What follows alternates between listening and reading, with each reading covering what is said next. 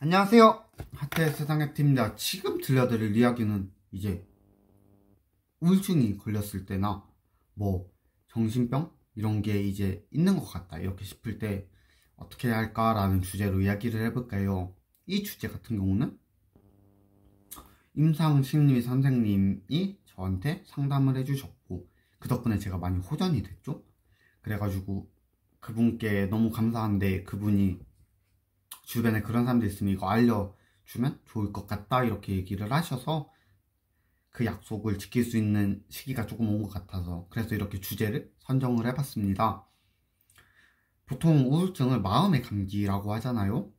그래서 근데 지금 이제 태어난 아가의 아들은 뭔가 코로나도 있고 해서 마음의 감기라고 하면 잘 안 와닿을 것 같아요. 그래서 생각을 해봤는데 코로나랑 라고 생각을 하면 조금 뭔가 설명이 될 것 같은 거예요. 그래서 이제 제 피셜 제가 생각해본 그 논리를 한번 펼쳐보겠습니다. 그래가지고 이제 만약에 코로나가 의심이 되잖아요. 그러니까 막 우울증으로 치면 이제 막 마음이 너무 우울하고 이게 우울증의 기준이 막 하루 이틀 기분이 다운되고 막 이런 게 아니라 이게 막 기분이 계속 안 좋고 자기 자신을 자책하고 막 이런 상황이 6개월 이상 지속되는 걸 보통 우울증이라고 이렇게 얘기를 하거든요. 그래가지고 다시 돌아와서 이제 코로나가 걸렸다 이렇게 생각이 들면 약간 의심이 되잖아요. 그러면 진단을 받으러 가겠죠. 그걸 이제 뭐 MMPI나 이렇게 우울증 척도 검사 뭐 이런 게 있거든요, 병원에서. 그렇게 해서 이제 진단을 받고 그러고 나면 이제 치료를 받잖아요. 막 걸렸다 이렇게 생각이 들면 그러면 이제 그냥 치료를 받는 거예요. 그거에 대해서 막 코로나 같은 경우 처음에는 막 확진 뜨고 이러면 되게 막 했는데 지금 조금 익숙한 상황이 되었잖아요. 그런 것처럼 이제 정신 그런 관련 그런 것도 이제 그렇게 인식이 조금 바뀌었으면 싶거든요. 막 아무래도 아직은 정서상 막 우울증 있다 이러면 조금 안 좋게 보는 시선도 많고 그래요. 그런데 이제 현대인들 중에 정신병이 없는 사람이 없거든요. 그런데 이제 그게 일상생활에 침범하냐 못하냐 이 차인데, 그러니까 뭐 정신병이 엄청 큰 게 아니에요. 그러니까 감기라고 말했듯이 그런, 그러니까 뭐 사람들 중에 솔직히 트라우마나 아픔이나 상처가 없는 사람이 있다 하면 그거는 사람이 아니죠. 당연히 있거든요. 근데 그게 이제 막 사람들은 또 자유 치유력도 있고 그렇게 하고 뭐 주변에 지지해 주시는 분들이나 막 이런 좋은 사람들을 만나면 그게 극복이 될 수도 있지만 또 그런 사람들이 있더라도 내 자신에게 빠지게 되거나 아니면 뭐 주변 상황이나 뭐 생각에 이제 갇히게 되면 그걸 못 보게 되는 경우가 많단 말이에요. 그렇게 되면 이제 그것도 그냥 감기인 거예요. 마음이 아픈 거지 막 엄청 이상한 게 아니거든요. 그러니까 그런 경우에는 막 비용이 부담된다스러우면 되게 요새 지원도 잘 돼 있거든요. 그러니까 막 근처에 보면 정신센터 이런 데는 꽤 많아요.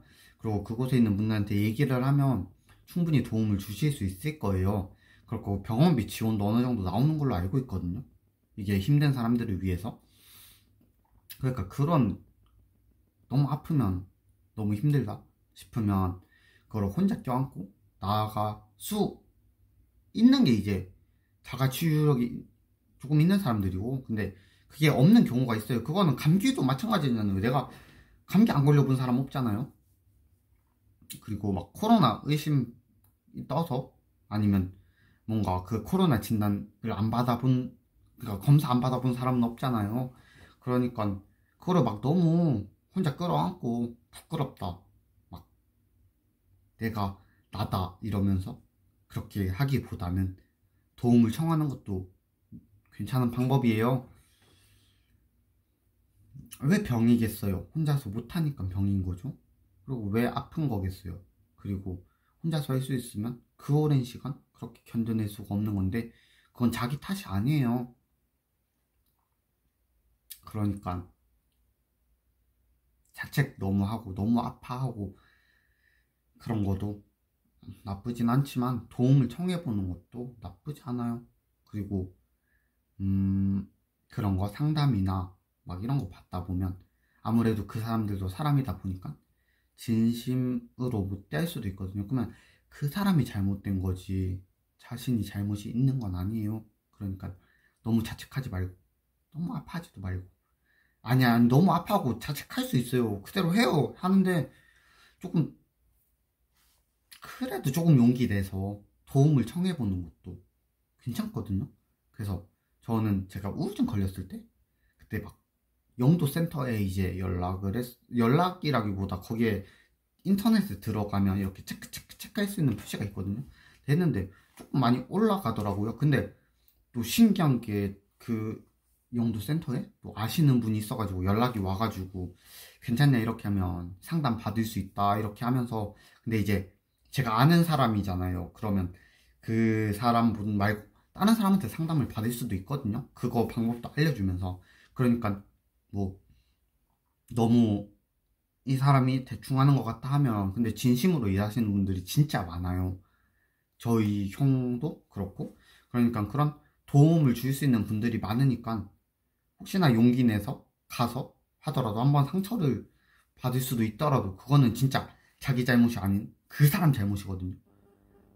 그냥 그렇게 상처를 주는 사람은 그냥 일에 대한 직업 정신도 없고 뭐 그렇다 생각이 들어요. 그러니까 그런 사람들한테 또 해서 상처, 뭐 안 될 수가 없겠죠. 힘든 상황인데. 근데 그 사람들 말고도 진짜 진심으로 전선에서 일하고 진짜 진심으로 사람을 생각해주고 이런 사람들이 많거든요.